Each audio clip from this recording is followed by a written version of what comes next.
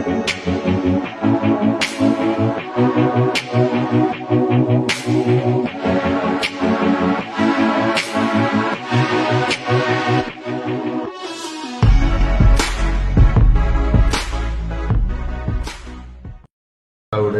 बड़ दुखदायक घटना घटी जाइए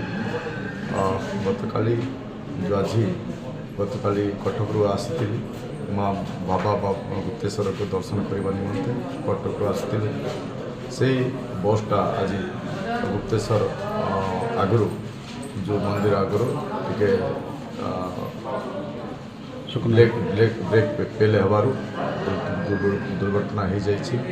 एटा हूँ मर्माहत दुर्घटना जहाँ तो आमको बेसी दुख लगुच ये मो शुणिक तत्काल मु आसी बैपारीगुड़ा मेडिकल रे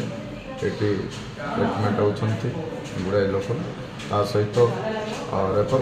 करा जयपुर को एवं कोरापुट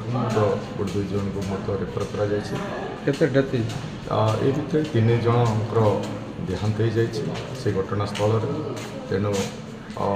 यशस्वी ओडिशार मुख्यमंत्री मोहन चरण माझी महोदय घोषणा देइचंती प्रत्येक मृत्यु परिवार को 2 लाख टंका देवार मुआवजे रखिंट एवं तांकर जो